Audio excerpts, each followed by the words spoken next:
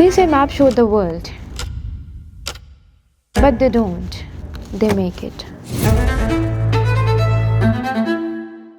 A single line on a paper and suddenly two brothers become enemies. A misplaced border and generations pay the price. A mountain ridge, a river bend, a coastline and entire histories are rewritten. Every empire that ever lived, every war that ever began, started not with words but with a map.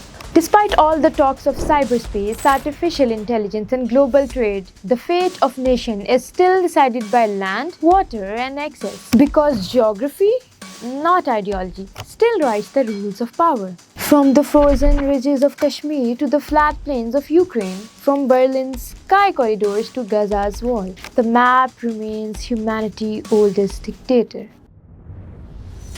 The old masters were right. More than a century ago, two thinkers saw what many still refuse to admit. Halford mackinder warned, "Who rules the heartland commands the world." Alfred Mahan replied, "Who rules the sea commands its destiny." Their rivalry wasn't just academic, it became the skeleton of strategy itself. Every war plan, every foreign policy doctrine since then has become a quiet echo of their theories. Even in 2025, generals and policymakers are not drawing tweets, they are drawing terrain lines. Because technology can change how wars are fought, but never where they are fought. A drone still needs a base, a missile still needs coordinates, a cyber cable still needs land to run beneath. The medium evolves, but the map endures. In 1948, Berlin was not just a city, it was a test of will. A western enclave 160 kilometers deep inside Soviet territory, cut off from food, coal and hope. The Soviets thought geography had trapped it, but the Allies refused to surrender. So they took to the skies. Planes flew every minute, delivering bread, milk and medicine. The Berlin airlift became the most daring logistical operation in modern history. But it also carried a quiet reminder: even the world's strongest alliances couldn't erase the map, they could only work around it. Berlin proved that when politics and geography collide, geography almost always wins. If Berlin was about isolation, Kashmir is about altitude, a conflict frozen in ice carved into the world's highest battleground. At Siachen and Kargil, soldiers faced two enemies, the one with a rifle and the one made of rock and snow. The line of control snakes across glaciers and peaks, turning geography into a living, breathing wall. Demilitarization isn't just political, it's geological. But the story doesn't end in the mountains. It flows down with the rivers. The Indus River system, fed by Himalayan glaciers, sustained Pakistan's lifeline. Its control has been so vital that even after wars, India and Pakistan never tore up to the 1960 Indus Water Treaty. Because rivers are geography's most patient negotiators, reminding rivals that nature does not yield to nationalism.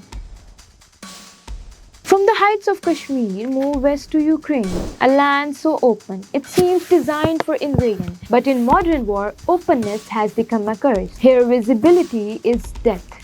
Drones hover like vultures, artillery rains without pause. The absence of mountains means nowhere to hide. The Dnieper River divides the country like a wound, a natural fortress dictating every strategy. Control the crossings and you control survival. Beyond it lies the Black Sea, Ukraine's lifeline to trade and global grain exports. When Russia blockaded its ports, it wasn't just Ukraine that starved. The ripple hit markets from Africa to the Middle East. That's geography's quiet power. One coastline can shake the global economy. One river can decide the fate of millions. And then there is Gaza, a sliver of land barely 40 kilometers long, trapped by land, air and sea. Every road ends in a choke point. Every horizon is a wall. Every sunrise begins under surveillance. When borders sealed and the world looked away, the people of Gaza dug downward into the earth. Their tunnels became veins of survival, carrying medicine, food and hope. Here geography decides who breathes and who doesn't. Each bombing redraws the map. Each closure tightens the noose. In Gaza, walls replaced horizon, and survival itself became resistance against the geography of control. Zoom out and geography's tyranny only grows. every oil tanker passing through the Strait of Hormuz, every cargo ship through Malacca or Suez is a reminder that a handful of narrow waterways keep the world alive.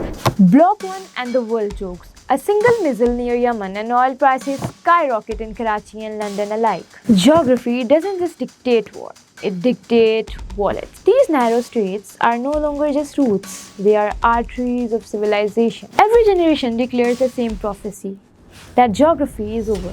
They said it after air power, then after nuclear weapons, then globalization, then the internet. Now they say it again with AI. But geography only smiles. AI needs server built on land. Data needs energy drawn from grids rooted in real soil. Satellites need ground station under national control. Even the so-called cloud floats over land-based cables buried beneath oceans. The digital world may be invisible, but it still breathes through the physical geography below it. Today, wars over semiconductors, rare earth, and undersea cables are nothing more than geography reborn in digital disguise. The map didn't die, it just went online.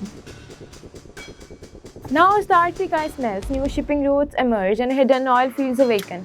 The Arctic, once a frozen no man's land, is becoming the next geopolitical chessboard. China now calls itself a new Arctic power. The US races to build icebreakers. Russia fortifies its northern bases. Climate change isn't just erasing geography, it's rewriting it. And with every melted glacier, new borders and new conflicts are born. If geography dictates conflict, then geography must also dictate peace. Pages can matter as much as bullets. Trade routes can build what wars destroy.